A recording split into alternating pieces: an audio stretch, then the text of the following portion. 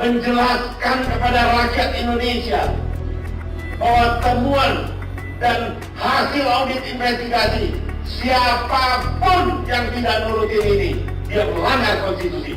Dan kita turunin, Pak. Kita siapa? Saya bilang sama teman-teman, lu jangan pada cerita revolusi lah. Kalau impor ini aja lawan si Ahok lu gak bisa. Saya urus izin kejaksaan saya. Hari Minggu jam 10 saya mau datang. Bawa ini berlaku sampai tanggal 8. Hari ini saya datang. Kata Ahok, satu persatu dipermalukan, kini tangan diborgol. Lius tampak ciut menunduk. Ditulis oleh Ibrahim dari Siber.com. Sebelum kita lanjut, jangan lupa subscribe dan nyalakan loncengnya agar Anda menjadi yang pertama mendapatkan informasi dari jurnal terupdate. Saksi dan Ahok, percayalah sebagai penutup kalau Anda menzalimi saya, yang Anda lawan adalah Tuhan yang Maha Kuasa, Maha Esa. Saya akan buktikan satu persatu dipermalukan. Terima kasih. Kalimat ini akan menjadi sejarah Republik Indonesia sejak 2017 silam. Dalam tempo 2 tahun lamanya, satu persatu sejak ditahannya Ahok di Makobrimob, semua habis tak bersisa. Mulai dari yang paling besar sudah meninggalkan Indonesia, kini remahannya menyusul satu persatu dengan ragam kasus yang tak kalah keren juga. Kalimat ini akan menjadi sejarah paling menakjubkan karena Gusti Orasari, di mana artinya Tuhan tidak pernah tidur. Hikmah penting dalam kalimat ini adalah berbuatlah baik, maka kebaikan akan mendatangimu, berbuatlah zalim, maka karma akan menantimu. Tidak akan ada kemungkaran dapat bertahan, niscaya Tuhan akan membalikkan keadaan. Siklus hidup bak roda berputar, tak selamanya manusia dapat berdiri tegak di puncak. Suatu saat dapat jatuh juga amblas ke bawah. Kunci bagi mereka yang ingin tetap berada di posisi atas adalah perbuatan baik. Amal baik akan menyelamatkan kita dari beragam kejadian buruk atau musibah dan apapun. Kita manusia, bukan pribadi yang bisa berdiri sendiri, diperlukan kerjasama dan gotong royong sesama manusia lainnya. Berbuat baiklah terhadap sesama, itu pesannya. Dulu Ahok pernah dipenjara, 2 tahun dipotong remisi. Kini Ahok sudah bebas, dia dapat menghirup udara bebas dengan tanpa beban rakyat lagi di pundaknya. Kini dia hanya cukup menikmati hari tua. Tak ada beban apapun, hanya satu yang menjadi beban, yakni perkataannya yang sampai sekarang masih terus terngiang sepanjang sejarah.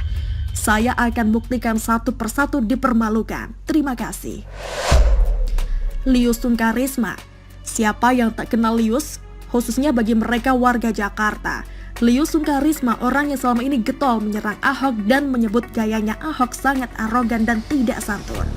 Lius Sungkarisma ini sering muncul dan mengaku sebagai tokoh masyarakat Tionghoa dan mengungkap bahwa menurutnya banyak masyarakat Tionghoa merasa terancam atas kepemimpinan Ahok yang arogan.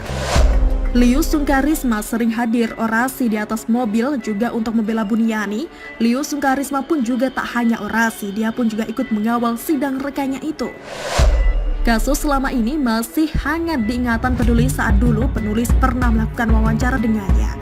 Lius Sungkarisma sejatinya adalah pemain politik yang hingga kini masih ditokohkan oleh kelompok 02.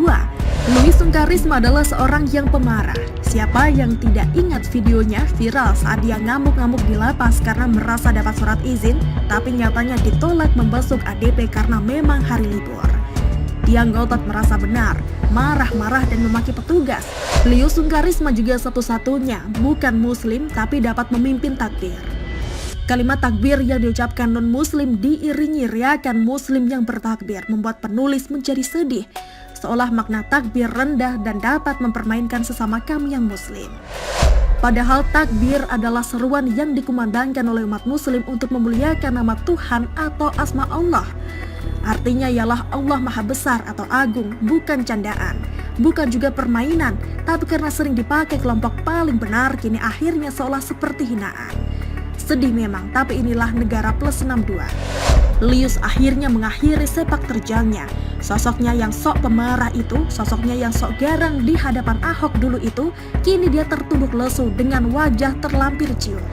Kasus ini berawal setelah Lius dilaporkan seorang warga bernama Eman Suleman ke Barreskrim Polri pada Selasa 7 Mei 2019 malam. Laporan tersebut terregister dalam nomor laporan LP-B-0441-B-2019-Bareskrim. Dalam laporan polisi itu, Lius disangkakan Undang-Undang Nomor 1 Tahun 1946 tentang KUHP Pasal 14 dan atau Pasal 15, Undang-Undang Nomor 1 Tahun 1946 tentang KUHP Pasal 107 Yunto Pasal 110 Yunto Pasal 87 dan atau Pasal 163 bis Yunto Pasal 107. Lius belum pernah memenuhi panggilan polisi atas tuduhan makar. Bahkan Lius tercatat 2 kali mangkir dari panggilan polisi atas kasus itu. Dia terlalu pengecut untuk berani mempertanggungjawabkan perbuatannya, merasa garang bak singa ternyata kayak kucing kalau disiram air alias ngajir. Selamat menikmati hari libur di penjara.